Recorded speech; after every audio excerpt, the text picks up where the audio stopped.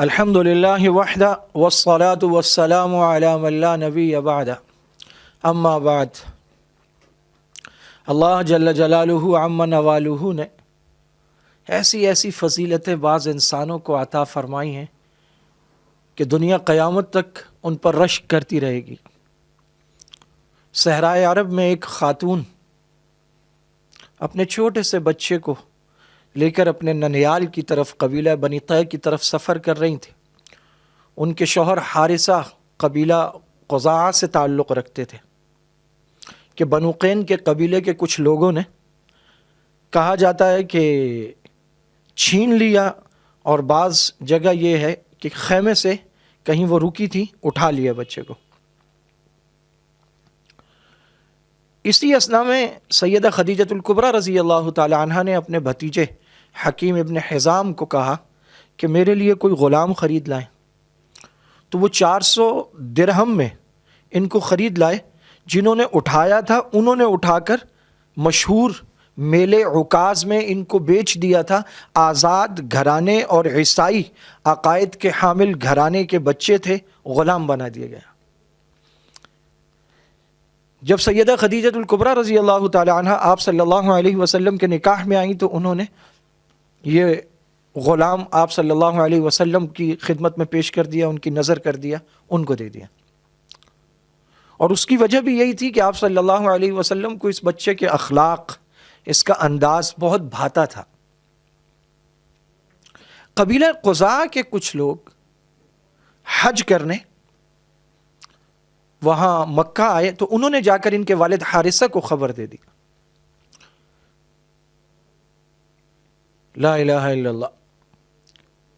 وہ بہت سارا پیسہ لے کر مکہ آئے، انہیں پتہ چلا کہ آپ صلی اللہ علیہ وسلم کی غلامی میں ہیں، تو آپ کے پاس پہنچ گئے اور کہا کہ ہم ایک کام سے آئے ہیں اور ہمیں امید ہے کہ آپ ہمیں مایوس نہیں کریں گے، اور پھر اپنا مدعا بیان کیا اور کہا کہ یہ ہمارا بچہ ہے زید، آپ کے پاس ہے، جتنے چاہیں آپ پیسے لے لیں، یہ ہمیں دے دیں۔ اور ان کے والد حضرت زید کی تلاش میں مارے پھرتے تھے اور اشعار کہتے تھے کہ جب سورج غروب ہوتا ہے تیری یاد تب بھی غروب نہیں ہوتی، اور جب سورج طلوع ہوتا ہے تو تیری یاد کے ایک نئے ولولے کے ساتھ پھر سورج اوپر کی جانب چڑھتا ہے۔ میں دن رات تجھے ڈھونڈوں گا اور تیری تلاش میں اپنی اونٹنیوں کو تھکاؤں گا، یہاں تک کہ دنیا کی ساری اونٹنیاں تھک جائیں اور میرے پاؤں میں آبلے پڑ جائیں اور میرا سارا سرمایہ ختم ہو جائے، اے میرے لخت جگر میں تجھے پھر بھی ڈھونڈ کے رہوں گا۔ تو وہ کس محبت اور جوش اور جذبے کے ساتھ آپ صلی اللہ علیہ وسلم کے پاس آئے ہوں گے کہ میں اپنا بیٹا لینے آیا ہوں۔ حضور سے کہا جتنا چاہے پیسہ لے لیں، میرا بچہ دے دیں۔ حضور نے فرمایا کہ زید کو بلوا لیتے ہیں، آپ ان سے پوچھ لیں، اگر وہ آپ کے ساتھ جانا چاہے تو میں آپ سے کوئی پیسہ نہیں لوں گا، آپ لے جائیں اپنے بیٹے کو۔ ان کے والد خوش ہو گئے، انہوں نے کہا اس سے اچھی کیا بات ہے۔ والد اور چچا دونوں تھے۔ حضرت زید کو بلایا گیا تو حضرت زید آپ صلی اللہ علیہ وسلم کے قریب آ گئے اور بیٹھ گئے۔ اب والد دیکھ رہے ہیں، حضور نے کہا یہ تمہیں لینے کے لیے آئے، یہ تمہارے والد ہیں، یہ تمہارے چچا ہیں۔ والد کے سان و گمان میں بھی نہیں تھا کہ کیا ہونے جا رہا ہے۔ اس چھوٹے سے بچے نے کہا کہ میں آپ صلی اللہ علیہ وسلم پر اس پوری کائنات میں کسی کو ترجیح نہیں دے سکتا، حتیٰ کہ اپنے والد کو بھی نہیں دے سکتا، مجھے آپ کے ساتھ رہنا۔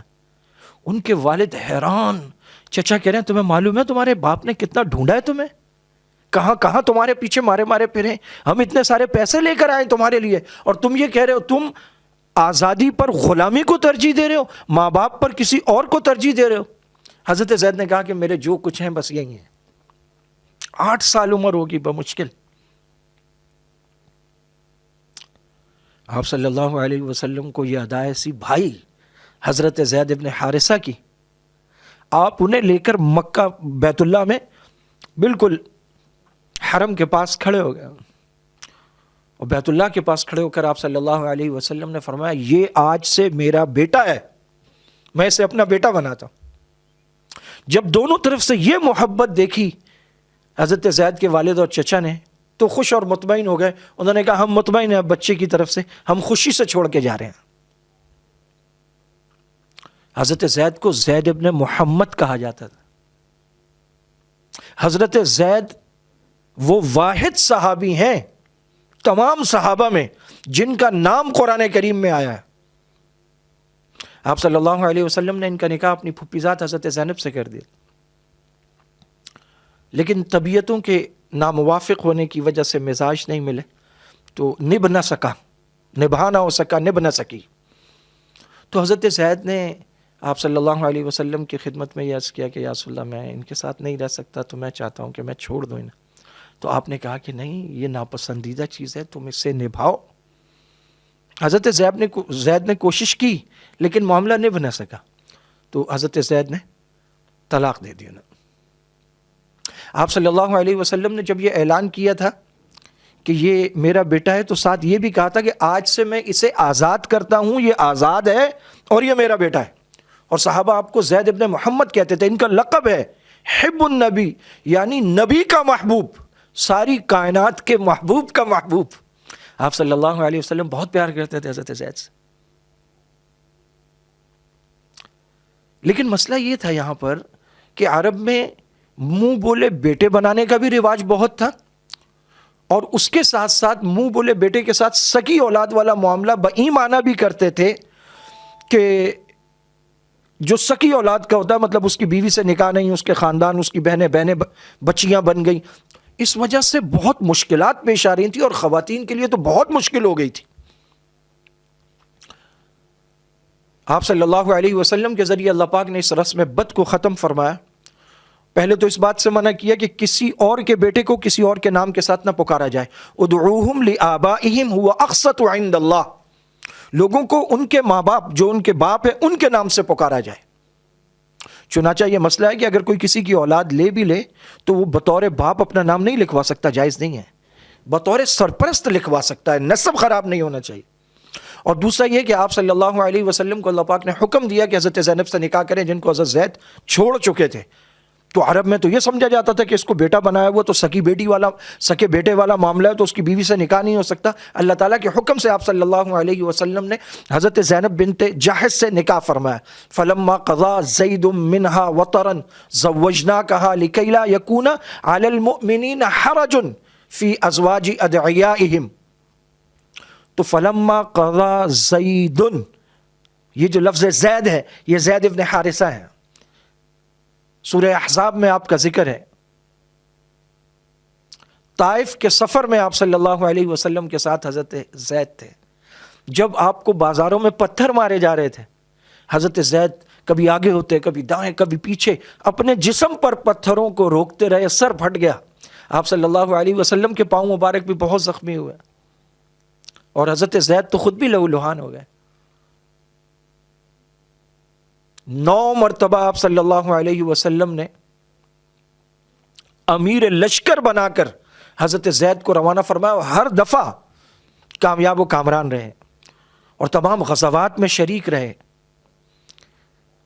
جنگ موطا میں جو عمیر ازدی رضی اللہ تعالیٰ عنہ کی شہادت کی وجہ سے پیش آئی کہ یہ آپ صلی اللہ علیہ وسلم کے دربار کے قاصد تھے، انہیں موطا کے مقام پر شہید کر دیا گیا.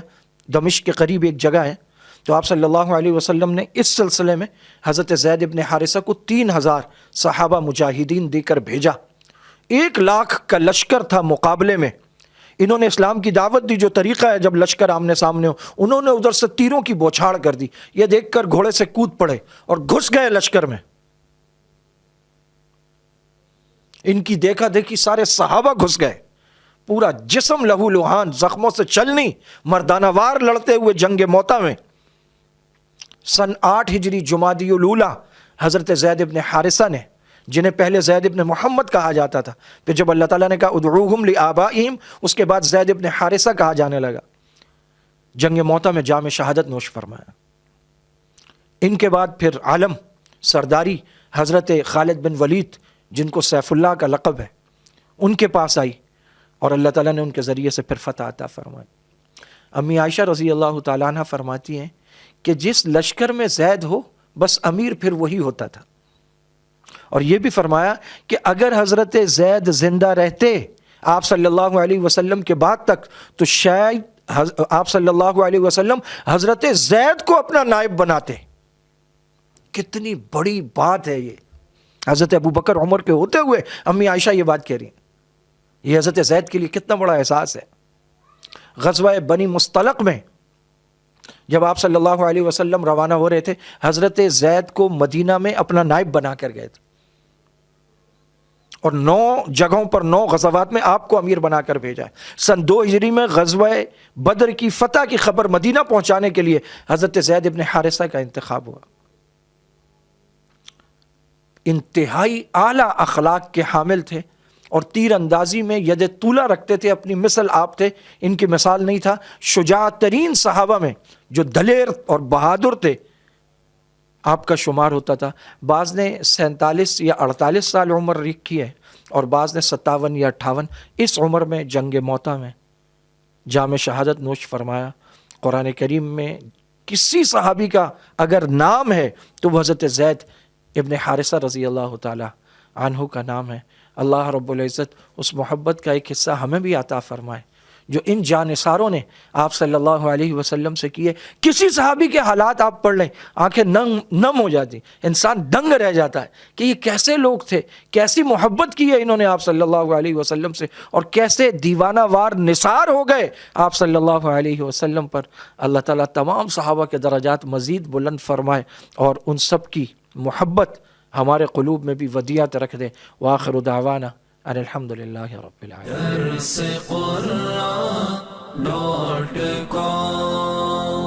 www.darsequran.com